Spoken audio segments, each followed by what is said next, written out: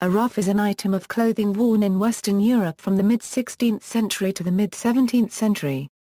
Description: the ruff, which was worn by men, women and children, evolved from the small fabric ruffle at the drawstring neck of the shirt or chemise. They served as changeable pieces of cloth that could themselves be laundered separately while keeping the wearer's doublet from becoming soiled at the neckline.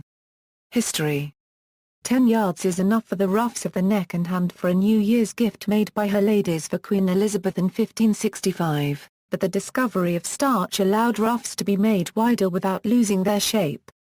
Later ruffs were separate garments that could be washed, starched, and set into elaborate figure of 8 folds by the use of heated cone-shaped goffering irons.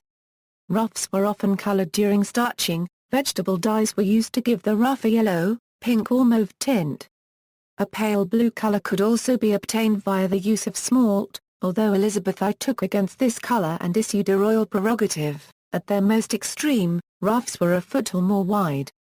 These cartwheel ruffs required a wire frame called a sup or tass or underpropper to hold them at the fashionable angle. By the end of the 16th century, ruffs were falling out of fashion in Western Europe, in favor of wing collars and falling bands.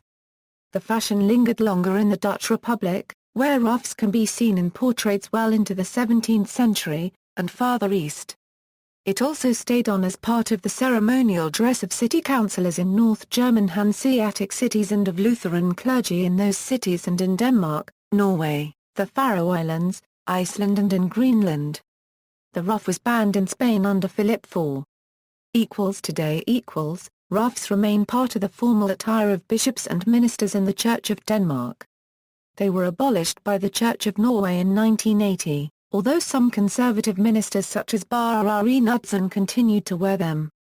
They are also optional for trebles in Anglican church choirs.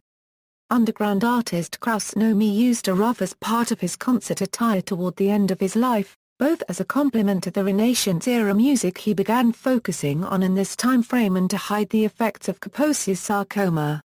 In the 20th century, the ruff inspired the name of the Elizabethan collar for animals.